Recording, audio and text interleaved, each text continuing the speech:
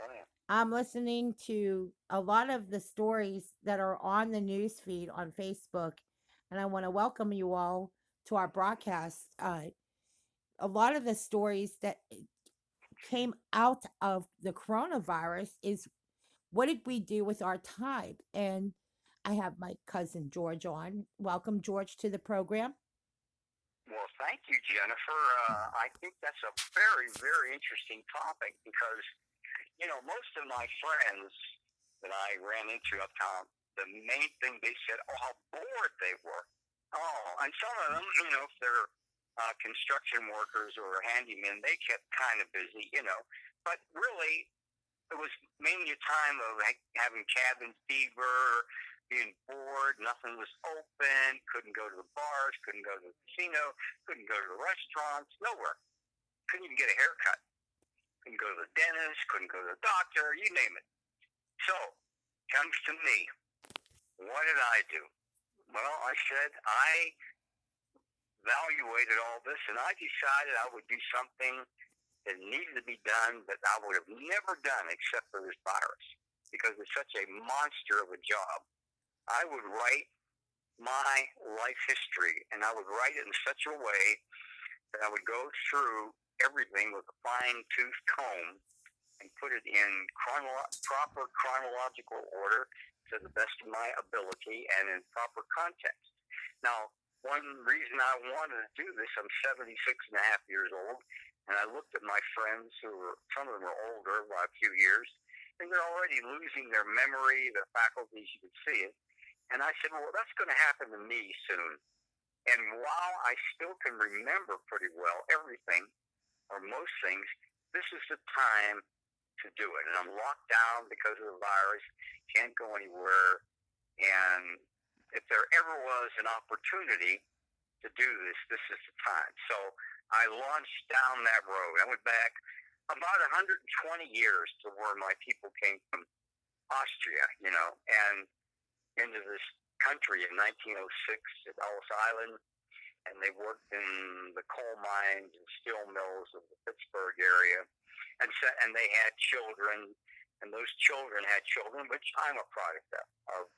I'm what you'd call second generation American from a family of immigrants. I can still remember my grandfather talking about the old country and Franz Joseph, the Emperor of Austria, and he has pigeons that he raised from Al Hobby he had in the old country, and so on. I have many memories of him and the ways of the old country. But they always told us they were so grateful to be Americans that they buried their language, their culture, and said, you must learn to speak English well and become true 100% American. So I never forgot that when you decide to move to a country from another country, you don't have split loyalty. You don't go around babbling in your old language and talking about like as if you don't know where you belong. Are you in Austria or you go 100%,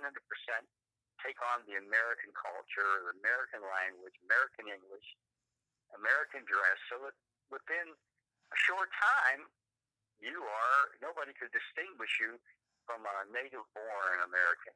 Well, that's what happens. By the time you got to my generation, for most part, I walk, talk, played baseball, did everything any other American kid would do, except for one thing. And that was what happened to my father. And as I went through all this, kind of like driving a car down a road. Well, the road's pretty smooth, a few bumps here and there. Your younger years, the orphanage, whatever, falling into a pond, almost drowning, getting run over by a streetcar. But, stuff that happens. But then I see a huge pothole in the road, and I have to stop the car. What is this hole here for? And what made this? Well, that hole was the story of George Stephen Fanala, my father.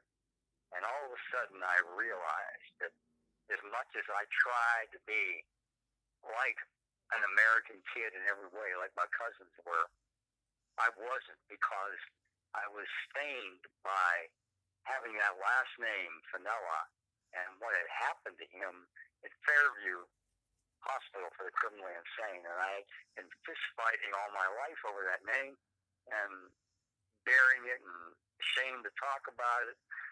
When other kids talked about their dad, I had nothing to say because I wouldn't dare mention where he came from or what I was, a bad seed or something. The apple doesn't fall far from the tree. So in that sense, I could not, be a typical American until I got this resolved. So I stopped my little car, you might say, of going down the road of my life, and I said, I'm going to find out about this big hole. Hence, that brings us to your radio broadcast, Jennifer, where we've been talking about just exactly what happened to my father, George Stevens. We're trying to get at the truth. We're trying to get the file. We called the Pennsylvania representatives. We called attorneys and saying, we want the whole truth and nothing but the truth of what happened to this man, because what happened to him happened to me and my children. And the ripple effect has gone on for now almost 100 years. And so we need to get all the cards on the table and look at the good, bad, and ugly of this entire situation. So in some ways, I was the all-American kid. I went to Penn State, electrical engineering degree, played baseball, football, boxing, golf, you name it, all the things American kids do. Love music, danced, but there was this thing, this big hole in the road that you can't go any further until you find out what the hell caused this big hole in the road. So that's kind of where we have been over the past several broadcasts.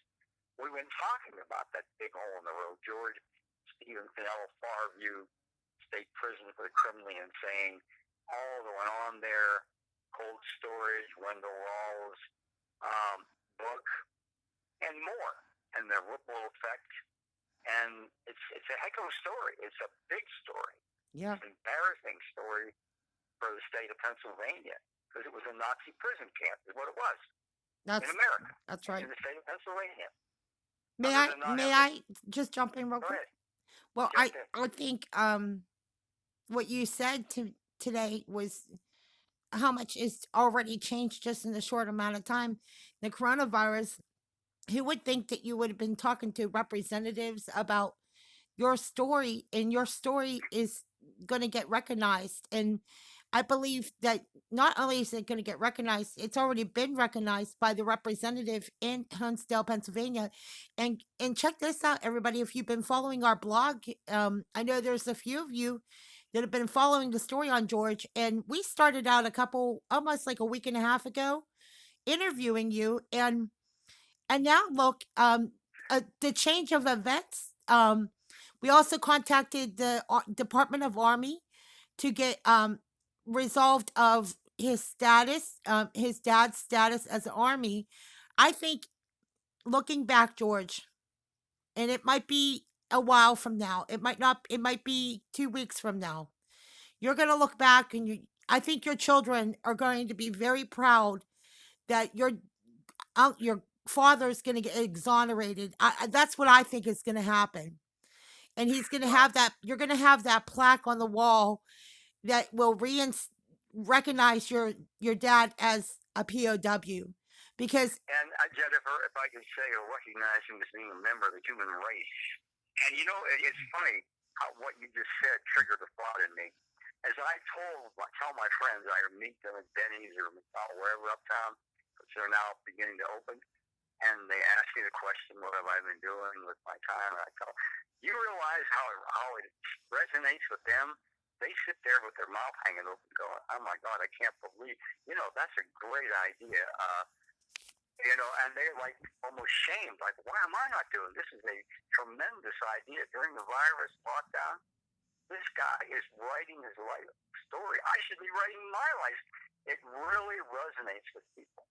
Check this out. This is for the listeners that have been listening. And I hope maybe in a couple weeks we'll have 20 or 30 more views, or maybe we'll have more viewers at some point. I want to tell you, the listeners, that you can self-publish your own book on Amazon if you have a bin number.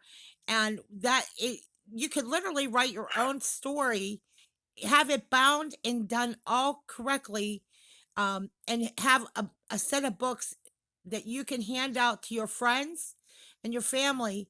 And what a way to pass the message, not the mess. You're telling the story so you don't have to pass the mess around anymore. Like, it's time to put this to bed and get the recognition you deserve in your family. And today, where I'm going to leave off here, and I'm going to let George take on the rest here. And let me finish the thought that I have. Um, George and I had a chance to talk to somebody, a representative's office, the Republican representative's office in Honesdale, Pennsylvania, and they do know that there is a story there. And because of the interview Cold Storage, if you got a chance to listen to the last couple interviews, you got a chance to listen to the clip of WFMT in Chicago in 1980 of that exact story. And I'm going to show you guys a clip here at the very end. How much it costs to get a book of Cold Storage? It costs $125 to get that book because it's not reprinted. That's how important this story is. That the book costs a lot of money for, and we're talking about just regular reading, right? So, Yeah. Well, it's out of print, Jennifer, and it's been out of print for a long time. oh well, that That's okay, that one. explains it. That Okay. explains it. See? Now, if I can jump in here, Jennifer, in the last few minutes, if that's okay, Oh I yeah, just this is want the to. rest is yeah. You got it. Yeah, I wanna, continue with our thing about what did you do during the lockdown. Well, I'm finding that by writing this book, I cannot tell you the number of people who have connected with this. I mean, I'm the only one I know doing this. I don't know of anybody else. There may be other people out there writing their life history during the lockdown, but I don't know of any of them. As far as I know, I'm the only one doing this, and especially to the degree that I am. I mean, I'm not just putting down a lot of BS. I resolve to put down the good, bad, and the ugly of every situation. And that's the way I've approached this. I wanted to be absolutely truthful because, I have children and grandchildren, and I don't know how often I'll see them, if ever. But you know what? That book that I've written will be around for 100 years, long after I'm gone. And if anybody, any of my relatives, any of my friends, or anybody else even cares about who I was or who my father was, it's all in the book. I will have his records. I will get a copy of all of his records from that so-called hospital, Farview. I will get the book Cold Storage.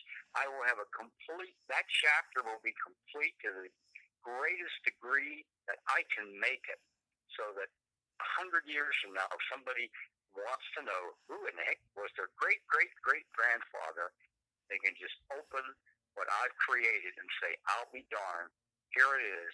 He wrote it. He took the time. He loved us so much. He took a lot of time to write this book and do this research and lay out all the substantiating, supporting information.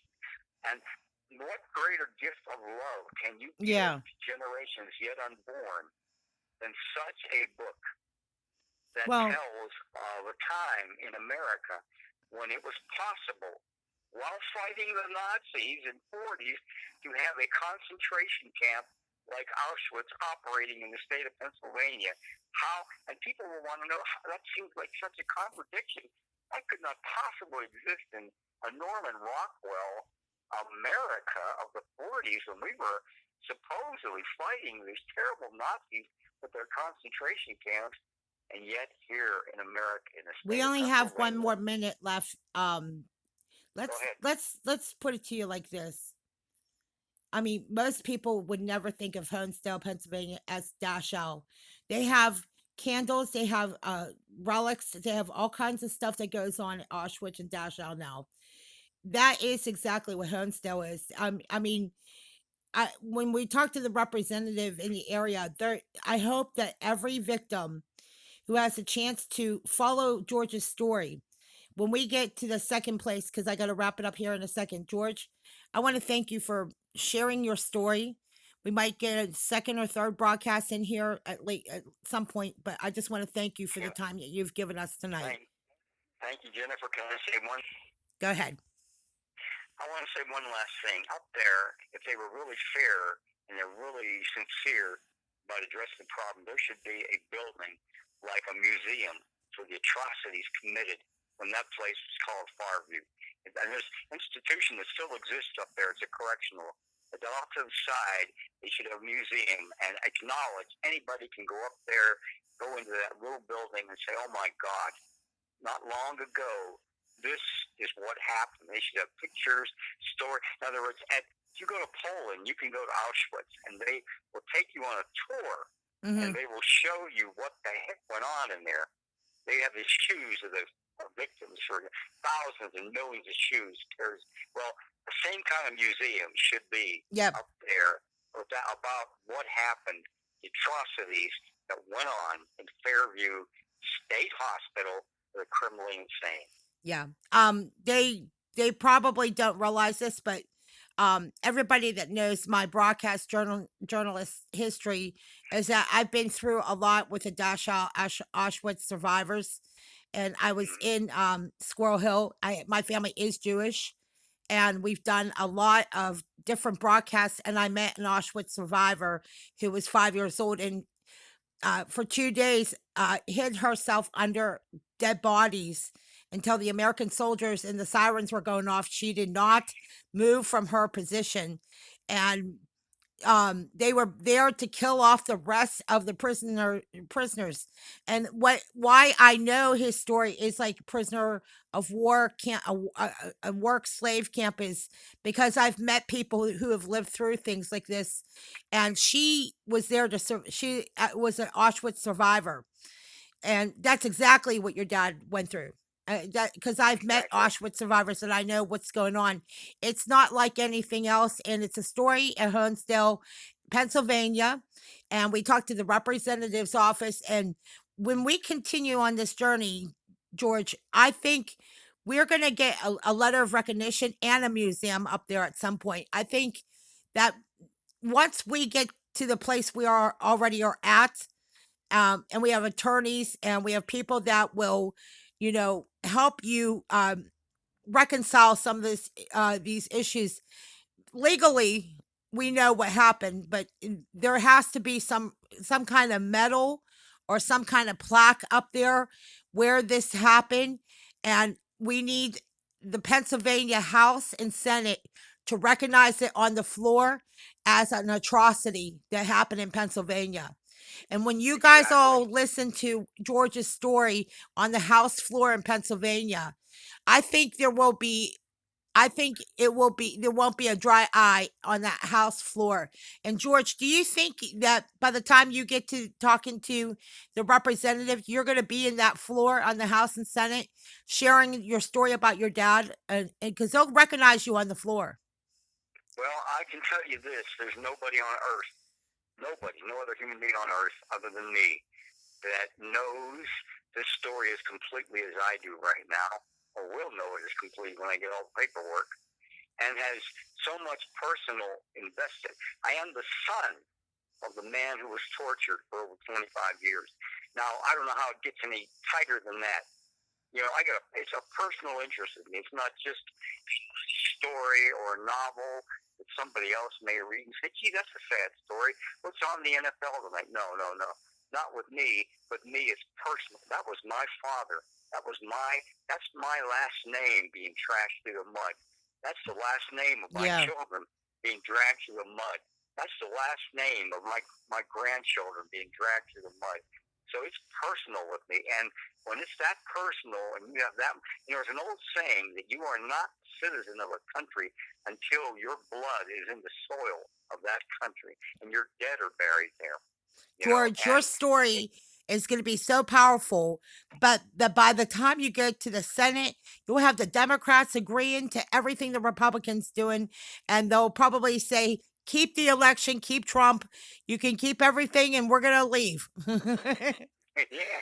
Well, if they build a little building and admit to the atrocities, have pictures, and some of my stuff maybe in that book cold storage in there, so that anybody can go up there and not only see the little, daisy chain correctional facility they put up there now, they converted into.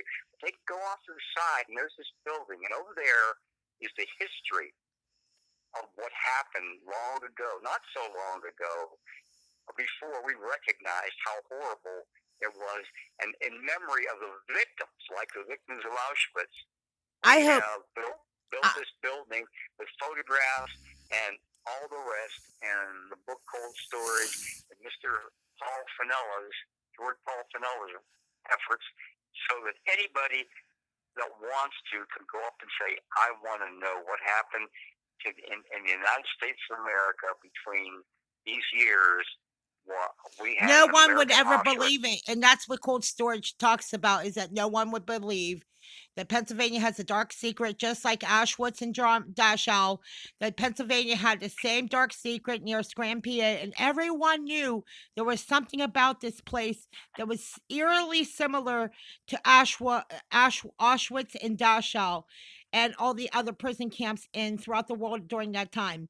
And George, when we get to that place where there's a mausoleum or some kind of monument right next to where they have Waymart now, and we Yes. have a ribbon cutting ceremony and we have wreaths hanging over those places, it's not going to be too much longer. Let me just tell you, you will be recognized on the floor. You'll be recognized. Your dad will be recognized. Your family will get acknowledged and recognized. And this dark period will be over once and for all. And I just want to Amen. thank you. I want to thank you for being so brave, for so courageous, for going. It takes a lot of work to get to that representative's office and talk to these people and walk. I know how hard it is. I talked to the Auschwitz survivor. I never thought this could happen to me and my cousin. George is my cousin, by the way. And never did I think that something like this could become so close to home. So George, well, you got like about 30 seconds and we're gonna wrap it up here. Well, and 30 seconds is not a long time, but you know what? There's a saying that Nathan Hall said before he was hung by the British soldiers, okay? And it resonated through the colonies. He said, I only regret that I have only one life to give for my country. And I feel the same way. I only regret that I have only one life to give to recover and resuscitate the memory of my father, George Stephen Fanala. It was. The only regret. Your story is not done yet, and I want you guys to. Do you want to stay over for an extra few minutes, George? I mean, it's up to you. Of course, I will. I mean, it's up to you. Do you want to stay over and keep going? Yes. Okay. Yes, I can keep going. Well, George, you got me on. You got something's resonating in the phone. Do you have me on speaker or what? I do have you on speaker. That's exactly right. Yeah. When you do that, it starts to bounce back in my ear. Yeah. There you go. Okay. Well, take it off the speaker. How is this when I talk to you? It's better without the speaker. Yeah, it's perfect. Okay. Now we're there. Well, do you want me to go on right now? Well, I just want you to put. Let's just say that with the coronavirus, what you gained from it is you wrote a book. How many people? Exactly. Most people were bored to tears. We got the whole story. Okay, let's go a rundown of what everybody did, viewers included. You're welcome to engage here. What did you do during the coronavirus shutdown? You sat at home. Did you gain? Did you draw? Did you color? Did you do something fun? Because George, writing this book it's a personal journey, and I can't wait to see the next series of stories that come from it. Oh, and there are a lot, Jenny. There is an awful lot of stories, because this isn't the only thing that happened in my life, but this is a biggie. This is fundamental. This is like the keystone building block in a building, the foundation. If you don't have a strong foundation, the rest of the house isn't going to stand. And what happened to my dad has to be resolved one way or another. Either he deserved the life sentence of torture and beatings and having his brain destroyed, or he didn't. And if he didn't, This has to be addressed for the people of Pennsylvania, the government there, and there has to be compensation. There has to be consideration. There has to be a museum dedicated to him and the other men who were put through this. There has to be a reckoning. I don't know if you know this, but I play Doc Holliday out here in Tombstone. That's my Arizona nickname because I do reenactments. Well, in the movie Tombstone, you remember a famous line where Doc Holliday said that there will be a reckoning. And you know what he means by that? And when they were talking about revenge and all this, is no, it will be a reckoning. A reckoning is something different from revenge. It means justice. You remember the theme of the movie Tombstone, justice is coming and hell is coming with it, was, one of the movies. And that is what it amounts to. Whenever there's something wrong, that it's like a festering ulcer in a community, in a state, this ulcer has to be addressed. It has to either be medicated or cut out or addressed in some way. Well, this Fairview State Mental Hospital is a ulcer that still exists within the belly of the people of Pennsylvania. They know down deep what went on there. Yeah. And you just can't keep, no more than you can just keep taking Rolaids for an ulcer and think you're going to cure it. You can't take any more Rolaids to cure what happened at Fairview. It has to be medically treated. Your ulcer has to be medically treated, and an exposure and everything that went on there at Fairview and what happened to my father, George Stevens, and all the other men that were brutalized there and killed, literally worked to death or killed, has to be brought up, and they have to be honored, respected, their reputations restored, and a museum put up there beside that correctional facility as an everlasting reminder that never again, if they built museums in Germany and Poland and Russia for what happened in World War II, and they maintained them, they could sure as heck maintain a small museum in Homesdale or wherever it is, Homesdale, about what the atrocities that happened at Fairview, in my opinion. That's not asking too much. We have all kinds of things, the battlefield at Gettysburg, and a lot of things, Nauvoo, about the Mormons. There are museums and things all over the country to recognize points in our history.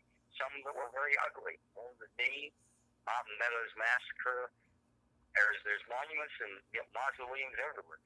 We need a museum or mausoleum in Honesdale to recognize.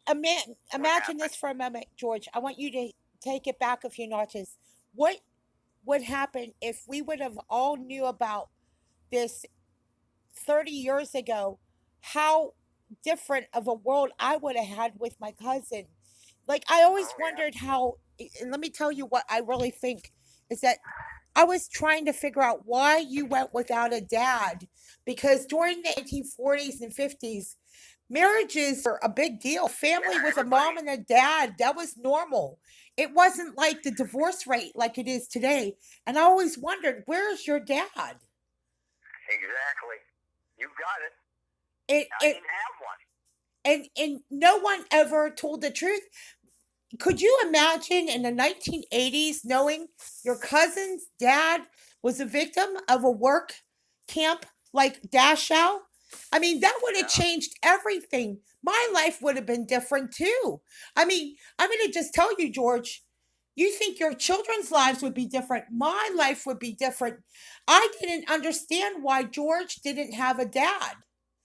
I never heard anything about George's dad whatsoever. And all the conversations with family, not one time. So when you see the story has changed, and now we got the truth. And the truth is, my nieces and nephews are going to know that their cousin was in a work camp. Their cousin, well, their great uncle was in a work camp in Pennsylvania that was comparable to Auschwitz. And viewers, believe me, if this is news to you that Scranton, PA had a camp that was like a Third Reich kind of Auschwitz program, you know the story of Honesdale. You know the story of Fairview. Farview State Hospital was Auschwitz in America. And most people, they kept it a dark secret, just like they said in cold storage. We'll be back after this here in a moment.